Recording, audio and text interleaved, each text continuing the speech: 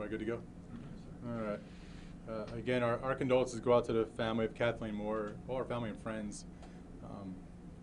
We know you've been through a lot over the past week or so, and then also within the past 24 hours. I can say, she is deceased. Today we positively identified her body based on tattoos. The call came in around 11:30 this morning that she was discovered in the woods off of Kamalo Drive, which is, she was about 50 yards northeast of Colin Knapp's home. And so it is a very heavily brushed area. She was actually covered. You can almost describe she was definitely covered on purpose to make sure nobody can come upon her. And even as detectives will tell you, even when you're 2 feet away from her, it's hard to see that her body was there. I will say, K9 did track that area. K9 did track that area, but there's several factors that come into it. Wind, weather, decomposition. So, they did their best, but that wasn't just a focal point as we were looking at this investigation. There was an investigation, there was numerous places that we had looked at, the dumpster where the cell phone was found, at Sam Seltzer's restaurant, the dumpsters that were brought to a location to go through. And I want to reiterate that. There was a lot of evidence that had been found in those dumpsters, and when that was found, there was 14 additional industrial-sized dumpsters that went out there that our detectives combed through. Over 20 detectives were combing through these dumpsters because that's where all the evidence was leading to. But again, I want to thank our citizens. Last night we put out a plea for help, and they did. At 11:30 this morning, we got the call because citizens were out there helping us. And that's the one thing about Pasco County. Our citizens work with law enforcement. They work side by side with the sheriff's office. That's saying we fight as one. That's all of us. That's the we. And we are going to bring justice for Kathleen. We did that together. I wish to God we could bring her back. She's with God now. She's with the angels. And we pray for her. We pray for her family right now because they're going through so much. But with that, we will bring her justice. We will bring her family justice. That is important. So, I want to thank all the members of our community. I want to thank our detectives for the outstanding work they did. And I just ask right now that we pray for her family.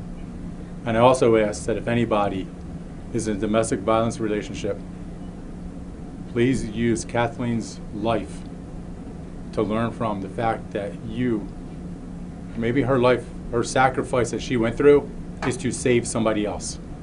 And if it is to save you because you're in that horrible domestic violence relationship, get out of it. Because if there's something positive that can come out of her death, is that somebody else will live. So please continue to pray for her. If you're in a horrible relationship, please get out of it. There are resources like Sunrise. We will get you help. With that, is there any questions for myself or Sergeant Rosa? Can we determine the manner of death at this point? Good afternoon. My name is Michael Rosa, R-O-S-A. I'm a sergeant with the Pasco County Sheriff's Office Major Crimes Unit. And no, ma'am, to answer your question, it is too early in our investigation to actually determine that or release that information. Do we anticipate charges being upgraded now that the body has been found? It's too early to say that, ma'am.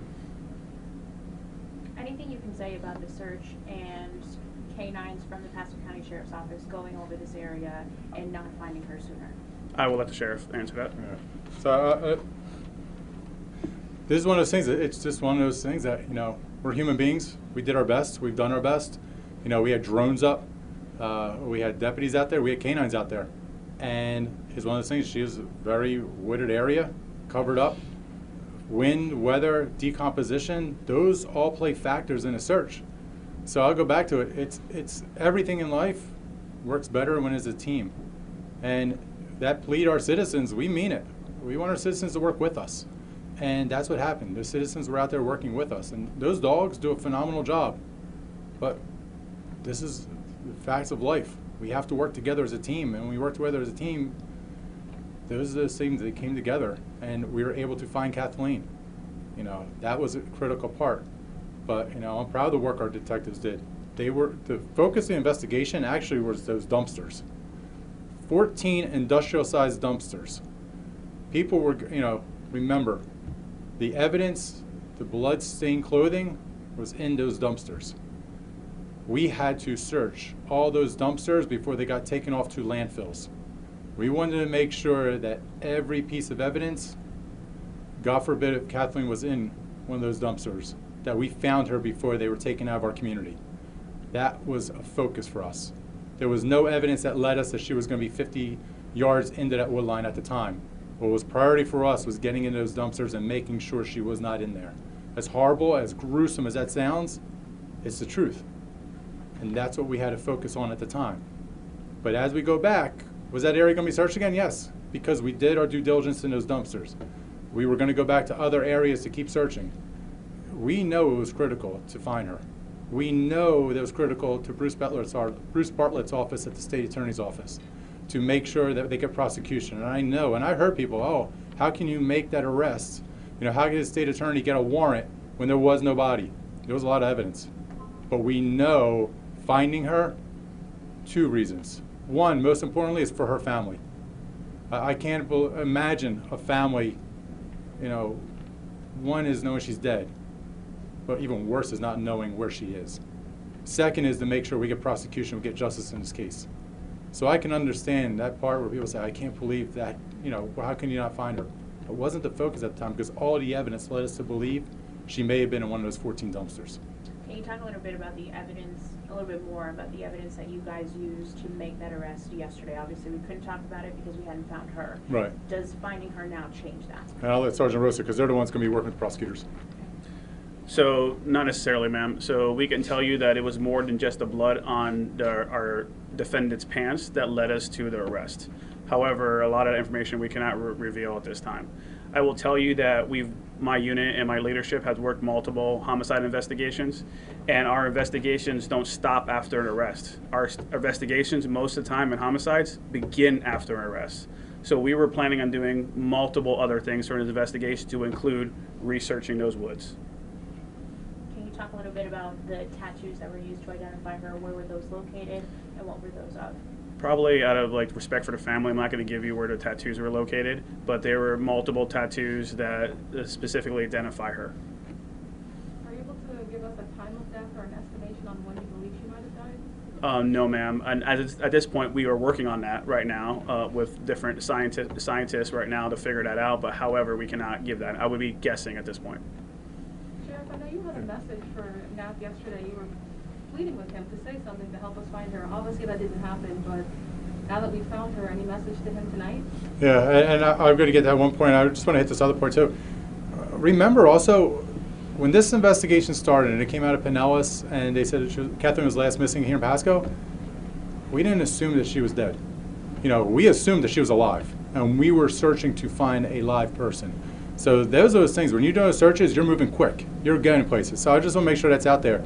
A message to the arrested individual in this case, you know, I go back to it again. There is a God. There's a God who knows everything. And he cannot take back, the suspect cannot take back what he did in this case. But what he can do is make something positive going forward. Make it easier on the family. Answer their questions. You know, answer the why. Because we have the evidence. We have Kathleen now. If he wants to make a positive difference in somebody's life, help the family out. Answer their questions. Give them a little bit of piece of justice back. Give them, you know, don't let them live with that why the rest of their lives. Answer their questions, because that's the only thing right now, the only thing that you could do that would be a positive in somebody's life. Have you guys made contact with Knapp today after you positively identified Kathleen? No, ma'am. Last time we spoke to Mr. Knapp, he just said that he no longer wanted to answer any more questions. So at that point, we stopped. Is it possible that she could have been moved from a primary location to the second location, or do you believe this is where the crime occurred? We probably can't answer it at this point. Our investigation is still going. I really can't answer that at this point. I apologize. You said she was covered. Was it with a blanket? Was it with dirt? She like buried? Like, can you kind of describe? So the best way to say that she was covered by the environment outside. All right. We appreciate it. Thank you all very much. Thank you for your time.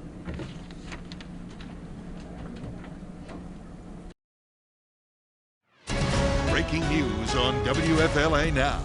Here's JB Buno. body of Kathleen Moore, found this morning by folks trying to help investigators in her disappearance and then death. You can see here the Pasco County Sheriff's Office and forensics teams on Eagle 8 HD a short time ago at the scene of where the remains were discovered, remains that were just confirmed to be that of Kathleen Moore, dead at the age of 34. Hey there, everybody. JB Buno here with you live on WFLA Now. You just heard from Sheriff Chris Nacco. Let's go over everything that we have learned, but this is the news, of course, that we had feared, that the body that was found, according to, I believe, the number that I heard, and you guys, YouTube, you guys are great at this. Correct me if I'm wrong. I heard 50 yards away from Colin Knapp's home. Please let me know if you heard the same thing. I don't know if I heard 15 or 50, but a very short distance away from Colin Knapp's home is where the remains of Kathleen Moore were discovered. Making, of course, it sounds as if covered by brush, covered by the elements of the environment, and those remains were identified to be Kathleen Moore through tattoos, matching tattoos. They didn't get into the details, the specifics. We, of course, sometimes we do get, YouTube, thank you, saying 50. I appreciate it. Sometimes you hear 15, 50. I heard 50 as well. And with Stephanie Crone Overholtz, we had the visible tattoo that was shared out. That was the primary means of identifying Stephanie Crone Overholtz. So sometimes you do get details about tattoos. That's a distinguishable characteristic that somebody has on their person that makes them identifiable to law enforcement in terrible situations such as somebody's death. So here we have the terrible news, and we were told in advance of this press conference, WFLA's Justin Shecker informing me that the family of Kathleen Moore was told of this news, that that the body that they had found, that they had believed that it matched the description of Kathleen Moore. And let's play back if we can. I want to just kind of play back for our audience that missed it last night. We had a rare nighttime stream on WFLA Now last night, and Justin Shecker, and our Tampa Bay audience knows because they watched it on WFLA News Channel 8 at 11 o'clock last night. Justin Shecker interviewed Kathleen Moore's mother last night. Here's a portion of that interview back in 60 seconds. I had that gut feeling. It's like a mother's instinct, and you just know when you don't, when you can't sense your child's spirit, you can sense them, and I could not. And I just had that gut feeling. What does justice for your daughter Kathleen look like? Well, first of all, prayers, and prayers do help a lot.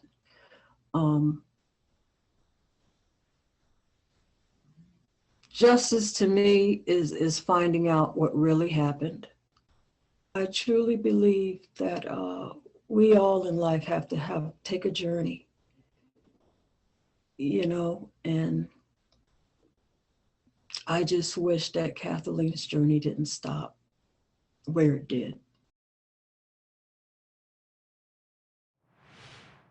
JB here with you live. That was the interview that you can watch more of on WFLA.com with Kathleen Moore's mom. We're getting in some new information, work information that we're working to confirm here as well, and this is what we do as far as interactive journalism. No commercial breaks. We try not to take breaks of any kind, and what we try to do is process the information that is coming into our newsroom in real time. So some new information has just come in the last several minutes. We're going to vet that information and see if we can present it to you here in just a few minutes. But the 3Ds, deputies, drones, and dogs were used to search this area, according to Sheriff Chris Nacco. But the dogs somehow, according to Nacco, did not pick up on the scent of the remains, the decomposing remains of Kathleen Moore. And but it was, of course, found by members of the public. A search team of some kind, members of the public that were out there actively participating in the search for Kathleen Moore after a plea for help was put out by the Pasco Sheriff's Office. So that's an interesting note, and we might have some more information on that momentarily. But let's get to some of the other notes here from the press conference. Yeah, canines tracked the area, but weather and decomp were two of the reasons why, or the level of decomp, two of the reasons why Sheriff Chris Nacco says that the remains of Kathleen Moore were not found sooner, and not found by law enforcement. Again, found by the public, by civilians. as we understand it. So that was he was trying to explain why, if the body was found 50 yards from the suspect's home, then why wasn't it found sooner? And he says that those are the factors, that weather could have come into play, the level of decomposition could have come into play, but that they had searched the area, according to Naka, with deputies, with drones, with dogs, and that they did not find any sign of Kathleen Moore's body until it was discovered at this morning by a member of the public. You heard there Sheriff Nako calling out for justice for Kathleen. You heard Kathleen Moore's mother, Karen, talking there about justice for Kathleen. How did Kathleen die is a big question now. And as of now, we have no cause of death. We have the blood-soaked clothing that investigators say belonged to Colin Knapp. Let's throw him up here on your screen. That were found in the dumpster that was dumped out at the Pasco County landfill. The restaurant where he worked, blood-soaked clothing was found in that dumpster, and the identification was positive for DNA analysis. The blood sample sent to FDLE came back positive for Kathleen Moore. So that's how Colin Knapp was arrested, and then today, of course, we have the body that was found not too far away from where he lived. Of course, we noted earlier that Colin Knapp has been denied bond. He's charged with second-degree murder. You heard one of the reporters in the room ask whether or not, and back to Raven's comment, whether or not that there's going to be upgraded charges. One of the reporters asked that question. They'd said that not at this time. It's still a second-degree homicide charge. If that does get elevated, you'll find out about it on WFLA.com and the WFLA app. Nako also noting that 14 dumpsters were checked, that it was an exhaustive effort by law enforcement to look through these dumpsters to find evidence. But again, Kathleen Moore's body being identified based on tattoos. I'm going to step away from the microphone here for 60 seconds. 60 seconds here, everybody, on WFLA Now, as I try to just confirm some information that hopefully I can pass along here to you about the discovery of Kathleen Moore's remains. Again, back here in roughly 60 seconds. During these 60 seconds, please file in your hashtag HJB questions or comments or observations, or if you just want to say prayers for Kathleen Moore's family, you can do so. We'll animate just the comments with that hashtag as we do here on WFLA Now, back in 60 seconds.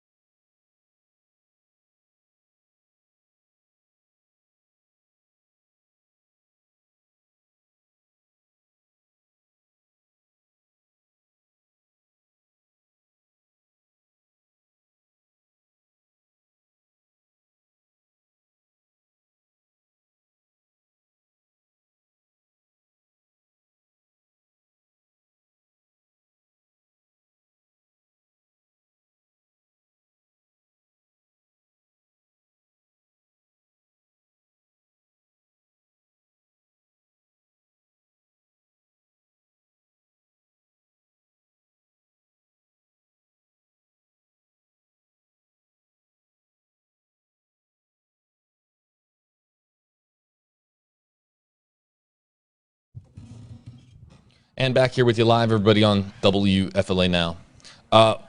As we do when we get information into our newsroom, the very important part of the process, and this is what we do as journalists, we make sure that we can present you that information because we have to verify its authenticity and verify the credibility of that piece of information that comes in. Sometimes we get in a piece of information, we vet it quickly, and we're able to present it to you. The information that we just got in, I know that I mentioned it. I can't report it at this time because I don't have it from a credible source of information. But and it pertains to Kathleen Moore's body being discovered and who exactly discovered those remains. If we do get, a confirmation on that, we can of course pass it along to you on WFLA.com, the WFLA app. But that's just part of what we do here. Of course, we have to work through the information that comes into our newsroom and validate what we can present to you as information from a credible news source. We take, of course, our jobs very, very seriously here at WFLA. And if we report something at WFLA, we want to make sure that it's credible information. So don't have that information that I was referencing confirmed at this time. If it is confirmed on this live stream, I'd be more than happy to share it with you. But in the meantime, I don't have that information confirmed at this time. Let's get into some of the comments and questions that are coming in. What we do here on WFLA Now is we feature your comments, your questions using hashtag HeyJB. This is interactive journalism. This is how this works. You might have questions. You might have observations. Members of the community might have something to point out, something that I have missed. And of course, we bring up your comments here in real time and we talk about the stories that we cover and we feature your comments because we want to engage with you, our audience, via social media. So let's get to some of the comments that have come in the last several minutes. Aaron asking hashtag HeyJB with a great question. Does he know they found her body? We don't know. Does Colin Knapp know that a body was found 50 yards away from where he lives? We don't know. When suspects are apprehended and, of course, he's been denied bond, and you do have limited contact with the outside world, it's hard to say whether or not let's see, the 6 hours since the body was discovered, it's hard to say whether or not Colin Knapp has been informed. We can assure you he was not informed during his arraignment. But did he hear? Let's show you the arraignment one more time, because this is the last that we know of Colin Knapp. Colin Knapp being behind bars on the second-degree homicide charge. His arraignment was very brief. Did Colin Knapp have access to the judge's remarks after he was denied bond? Listen to this 60-second clip, and it'll kind of all make sense. We'll break it down soon thereafter. Actually, hold on. Let me load up that clip, and so I can show it to you. But this is, again, his arraignment that occurred at around, I think it was 12:05 Eastern Time, roughly. Here it is. This is the 60-second arraignment of Colin Knapp today, December 7th, 2021. Okay, I can hear mine. Okay, thank you. Colin Knapp.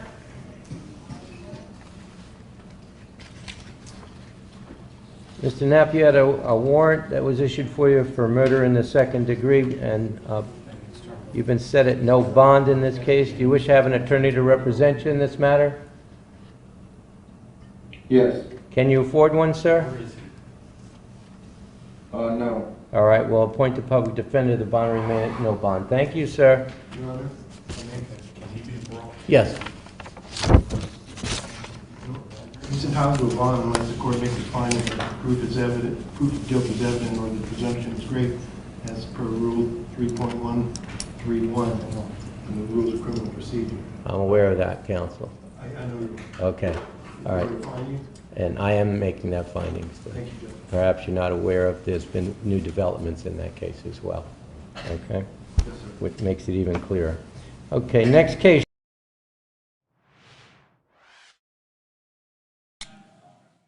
And yeah, reading some notes here. So you heard there Judge Mansfield at the end there say that there was new developments in the case that makes it even clearer. Was that audio accessible to Colin Knapp? Would that have tipped off to Colin Knapp that the body was found? Don't know. And also, too, we don't know what kind of communication access Colin Knapp has behind bars in Pasco County. So to answer your question, Aaron, we don't know if he is aware, if and also too, if he's been appointed a public defender, if the public defender had an afternoon appointment with his client, Colin Knapp, then in that case, I would imagine that the public defender, hopefully briefed enough on the developments of today, would be able to then inform him that a discovery of a body has been made 50 yards or so from his home. Don't know. So the answer to this is an interesting question. It's a good one to kind of get us kicked off here because we don't know the answer to this question. Michelle, and this was a question that was echoed by a lot of our YouTube commenters during the last several minutes. Michelle asking #KJB, did Kathleen Moore's friends ever indicate that they were all aware of Colin Knapp's background, including Kathleen? I'd have to check with the friends that we spoke to of Kathleen Moore. Jessica Brummett, Justin Checker has been in contact with family members, and how much did they know about Colin Knapp's criminal history? Because it's a long one. We've got a hodgepodge of mugshots to choose from when it comes. This is his most recent, but Colin Knapp, in his press conference. Yeah, Justin, you have Justin standing by. You can come sit down. Everybody, News Channel 8's Justin Checker was sitting in our newsroom, and he's got information. Hey, Justin. Hey, yes. So, just where'd you leave off? Just the obviously played the press conference. The question that just came in from Michelle and a bunch of our YouTubers, and you've been speaking with Jessica Brummett, one of the closest friends of Kathleen Moore. Yeah. They wanted to know if the family and friends of Kathleen Moore were aware that Colin Knapp had a long criminal history. Were you able to find that out in your reporting? All we do know is we had that photograph that Jessica said she had met him for the first time was Thanksgiving, was 3-4 days before she vanished and the murder occurred. And she said he seemed a little bit off at that Thanksgiving. She made no mention to me about his lengthy criminal history. Obviously, JB, that was one of the first things when we found out about this case. We did dig into that record, which we held off on reporting until he was identified. My conversation with Kathleen's mother, which I know you played some of that sound to your audience here, she said she had maybe kind of seen him on FaceTime or spoken to him, but she really did not know him that well. Just knew that, had some relationship with her daughter, but did not know him that well. And again, I just want to make sure I have this right. So Colin was at the Thanksgiving dinner, and he was being introduced to the close friend Jessica's family. Yes, that was the first time she said she had met him there. And little did they know, of course, how would you know? Little did they know that Kathleen Moore would go missing and then be the victim of homicide. Yeah. I was talking about last night, Justin. I was talking about how Thanksgiving this year was a little bit more significant because some states, Florida in particular, has been doing much better amid the pandemic. Omicron, of course, the first case being confirmed in the Tampa Bay area. That was happening today. But in large part, relatively with where we've been in the pandemic, Florida doing in large part much better now than over the course of where we've been in 2021. Yeah. And Thanksgiving was just a little bit more meaningful this year. People were getting together, a lot of friends, family, my friends and family were getting together for the first time in a long time, or at least an opportunity to see people for the first time in person at an event, a holiday when everyone has off like Thanksgiving. And it was a little bit more special this year. But for the Moore family and for Moore's closest friends, this is just a tragedy because they meet Colin Knapp, the boyfriend of Moore, and now, of course, we have this terrible outcome of events. I think this is one thing that you heard Sheriff Nacco speak about last night. I didn't catch the whole press conference today, but in my reporting the last several days on this case, whether it's her immediate family, her mother and her siblings, whether it's the close friends, Nikki, who she was with, Jessica, the Brummett family, whether it's coworkers over at Whiskey Wings. I mean, this woman was adored, JB. I mean, just her, and you heard her mother talk about her outgoing, bubbly personalities, how she wants her daughter to be remembered. And you can see she had these different friend circles and close acquaintances, people at the bar who loved her there. So it's just really devastating for a lot of people who knew Kathleen, whether from work, from school, her family, the friends she grew up with in Pinellas County. And again, you heard the sheriff speak about this last night. To be remembered for anything, just remember how beloved this woman was and how she touched so many people. So I did want to just mention that, and obviously join you now that the confirmation that just 50 yards away from the house, they find this body. And I can also, in my reporting today, I did speak with one of her sisters. The sheriff's office did notify the family, JB, before the press conference.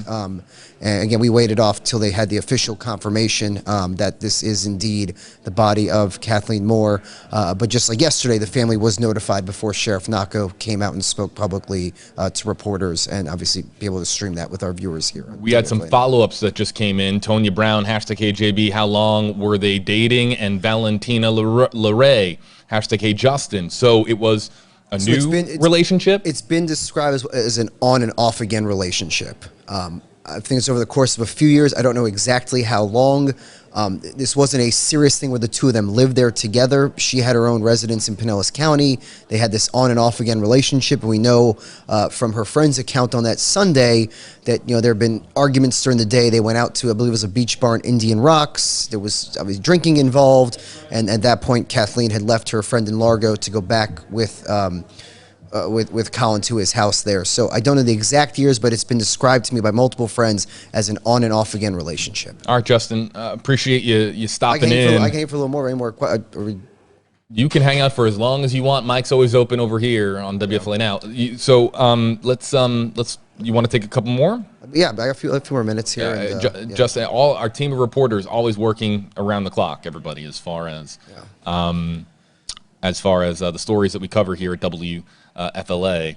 Let's get to this one from Kenya. I remember she joined us yesterday, and she says, hashtag, and hopefully, Kenny, I'm pronouncing your name correctly, #HeyJB. We were looking for her on Sunday from Celtic Road or Celtic Road and couldn't see through the swamp and the trees. I think it speaks to, and let's show you the Eagle 8 HD video here one more time. It's Eagle 8 HD video is great, but in some respects, it doesn't do us complete justice for just how heavy or how wooded an area can be. This is a relative for it being right next to a line of homes on Carmel Avenue, a heavy enough wooded area that again it appears. And let's get to. I'll bring up Cherry's comment right behind Kenya's #HeyJB. They said that she was covered up as well, sort of concealed, they said, so that she possibly wouldn't be found. That's also how it sounded to me, that you know, leaves and brush were covering this body. There was some effort to conceal the body, and just the fact that it's so close to the home is obviously a bit shocking.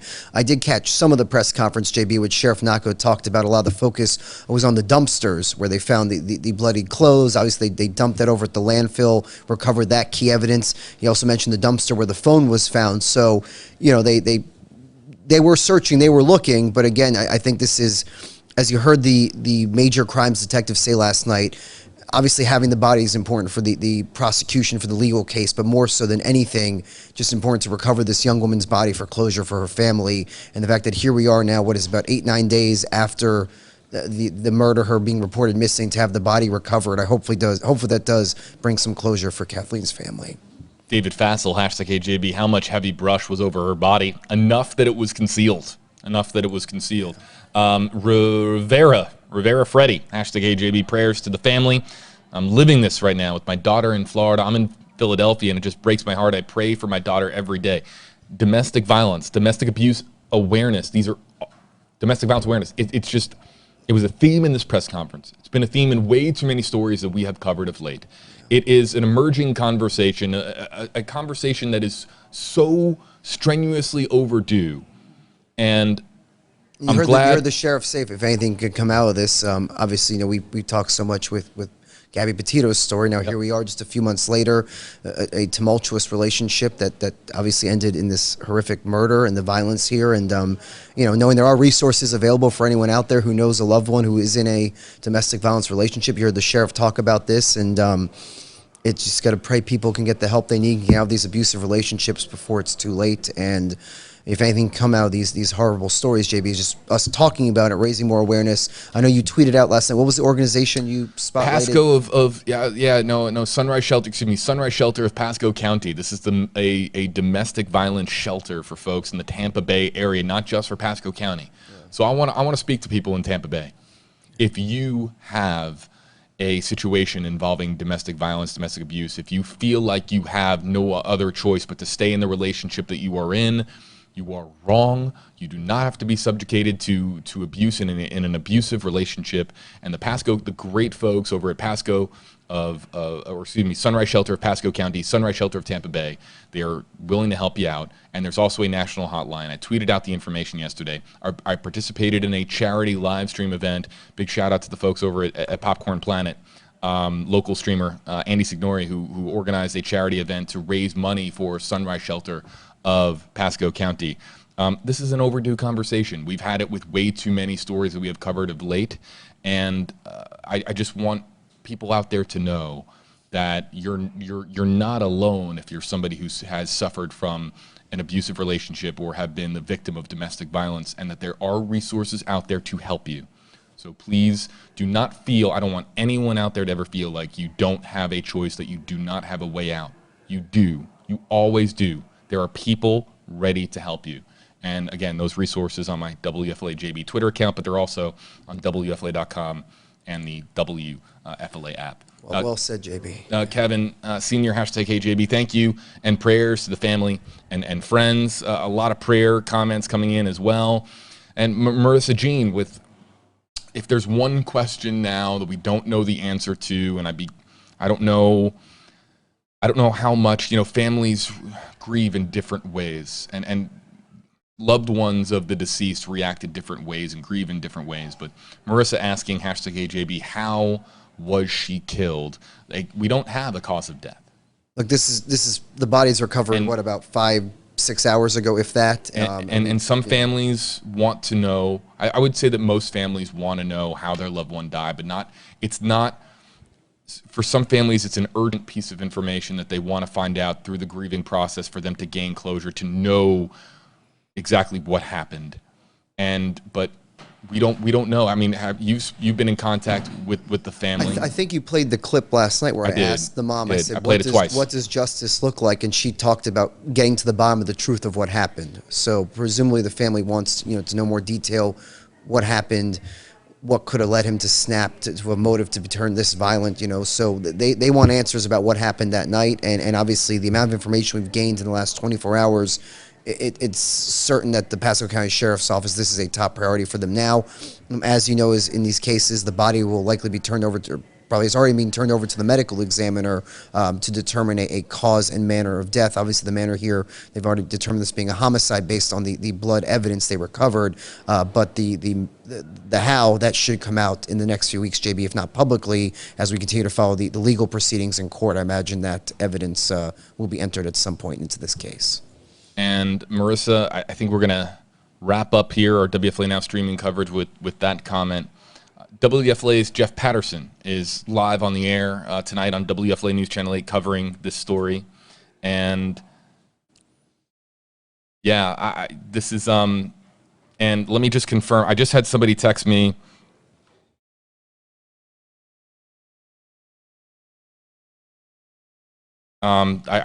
With a message that I'd like to share with all of you, and hopefully I can do so. But yeah, I want to bring up. All right, I just got a message from Joe Petito. He says he's watching right now.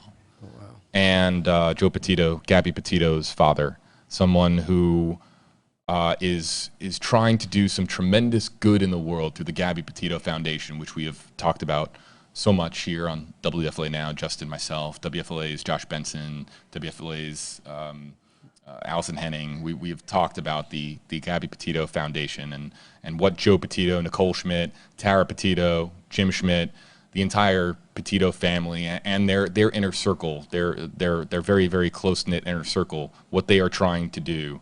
And Joe Petito just said he's watching the stream, and he just shot me a text. He says, I hope all is well. I'm watching the stream.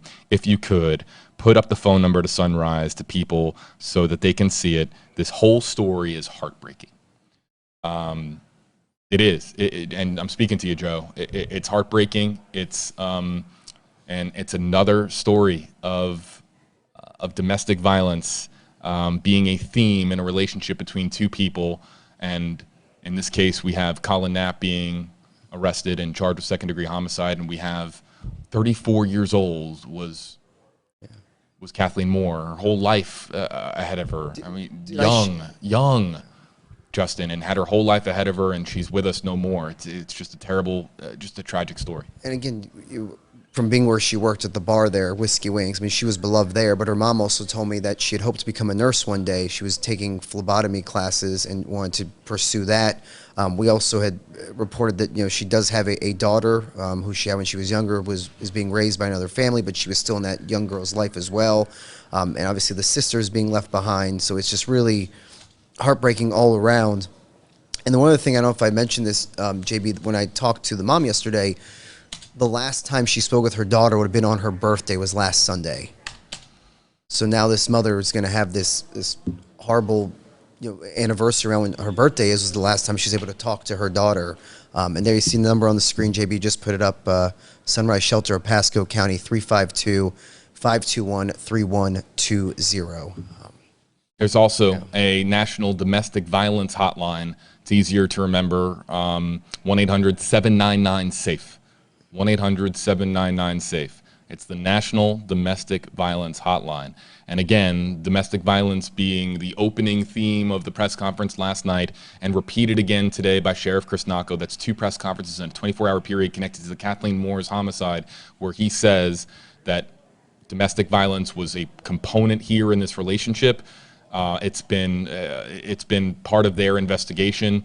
And he, too, was encouraging others and mentioned Sunrise of Pasco County by name. So putting up the number there on screen. And again, the words of, one more time, the words of Joe Petito. This whole story is heartbreaking. And it is. It's a heartbreaking story. And again, talking about somebody who was so full of life, somebody who was so beloved here in the Tampa Bay area, lived in Pinellas County, traveled, obviously, it was in Pasco County, and just had so much life to her and was so vibrant in the way that she touched people. It just is truly a heartbreaking story. And I'm, you know, I want to bring up, I did have a comment here, and I don't know if I can, I might have lost it because it came in about 10 minutes ago. But Justin, there was a commenter that said, it's like, how do we cover these stories, these over and over again, these tragic stories? First and foremost, let me just say to our audience and communicate with you this. I don't want these stories. We've had a lot of them of late. We never want to cover these stories. If somebody goes missing, we want there to be. We want them to be found. The chance, yes, we want them to be found. That's why when missing person alerts come in, and I've talked with Joe Petito quite a bit about missing person alerts and the systems and the technology, that we do everything that we can in the media, and Justin and I really focus on Tampa Bay. We really focus on Florida. We're really trying to help out the families of our DMA, and trying to help bring more happy ends than tragic ones to these missing persons cases. This was one. Kathleen Moore was a missing person after Thanksgiving, after the Thanksgiving holiday weekend. We were hoping, Justin, you were hoping, I was hoping, our entire WFLA team was hoping that this was, the best ones are the ones where they send out the alert, and then 2 hours later they found him. Exactly. Yep. 2 hours later, we get the follow-up alert. Thank you so much to the public. Thank you for all the shares on social media. So-and-so person was found. And then I always have a little bit of not necessarily a smile on my face, but it's better to tweet out that someone has been found. The alert's been canceled. The child is home safe. We got obviously the silver alerts with older folks in our community who go missing. And again, we always pray for these resolutions. If Joe's still watching, GB, I always remember this when I first talked to Joe Petito, when I had asked, if he had thought something bad had happened to his daughter. I always remember he told me this, and I don't know if he's still watching. He said he was just going to believe she was out there lost, off the grid, without her phone, maybe a little disoriented, until someone told him otherwise, and just the hope that his family held on to until they got that grim news a few months ago. And obviously in this case here now, just 8 or so days after she's no longer heard from, they now have her body, and now the on and off again boyfriend sits in the jail. I believe he's being held no bond, correct? That's correct. What came out of the hearing today. Denied bond. And look, we'll see what the medical examiner determines, whether or not that's enough evidence to upgrade the charges in this case or not. But, you know, again, speaking to the mom yesterday, they were praying that she would be found, that it was in God's hands. I could tell the mother's a fairly religious person. I imagine the family will be leaning on their faith as they try to cope with this tragedy. But like JB said, you know, every time we get these alerts, we're always hoping for that good resolution, that the alert's canceled shortly after, and that the loved ones can come home to their families. It's been, like you said, a few too many sad stories here in these last couple of months. And again, just speaking to so many people the last few days, you can really see how much that Kathleen Moore will be missed here in Tampa Bay. One more time, the National Domestic Violence Hotline, 1-800-799-SAFE. Maybe we can end out this stream if you're on YouTube. Hashtag you're not alone. Twitter, Facebook, you're not alone. If there's something that can be done to raise awareness to domestic violence awareness, and that emerging cause, and a cause that is, again, it's long over, these conversations long overdue. I've talked about it at length before. And hashtag you're not alone, because if you are a victim of domestic violence, if you have suffered from domestic abuse, if you've been in a abusive relationship, hashtag you're not alone. And I want to make that as clear as possible. One more time, National Domestic Violence Hotline, 1-800-799-SAFE. Sunrise Shelter of Pasco County, serving the Tampa Bay area. They also have a hotline, 352-521-3120 on the bottom of your screen, as well as resources available to you on sunrisepasco.org. I'll end out here with one final comment from our commenters. Linda Gordish, hashtag AJB. Rest easy, sweet angel. Prayers for her family and all who loved her. God bless. Justin, any final notes before we wrap up?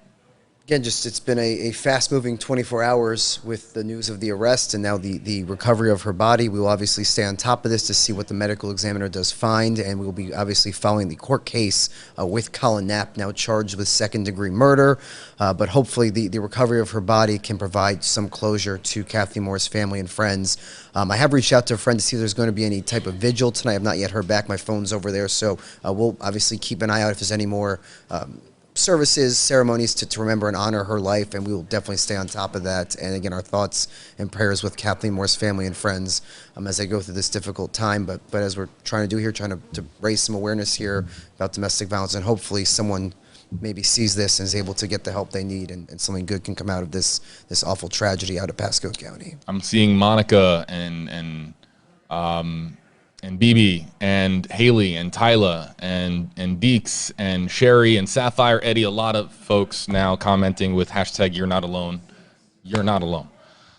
Linda, thank you for the comment. Justin, thanks for sitting down with us. I know you're working on a lot of stories for tonight on WFLA News Channel 8. We'll be picking up the coverage from Jeff Patterson. We just did a little report here in the newsroom about taping Pearl Harbor anniversary day as well. So a lot of news going on today. And busy day in Tampa. Busy day in Tampa. We'll be picking up the coverage 6 and 11 with more of what Sheriff Nacco had to say today, and just this big development today now that Kathleen Moore's body has been found. And that's actually the photo there. It was just her with Jessica on the Thanksgiving photo there. You just saw on the screen. If we hear of any candlelight vigils, as Justin noted, it was a great point. If we hear anything, we'll share it on WFLA.com, the WFLA app. I'd really like to just share a heartfelt thanks to all of our commenters, everybody joining us here on Facebook Live, YouTube Live, hashtag AJB, hashtag you're not alone. I really appreciate it. To everybody, the very latest on this story and all the stories that we've been covering on a busy day in Tampa Bay. It's on WFLA.com, the WFLA app. For Justin Shecker, I'm JB Bune, and we'll see you next time on WFLA Now.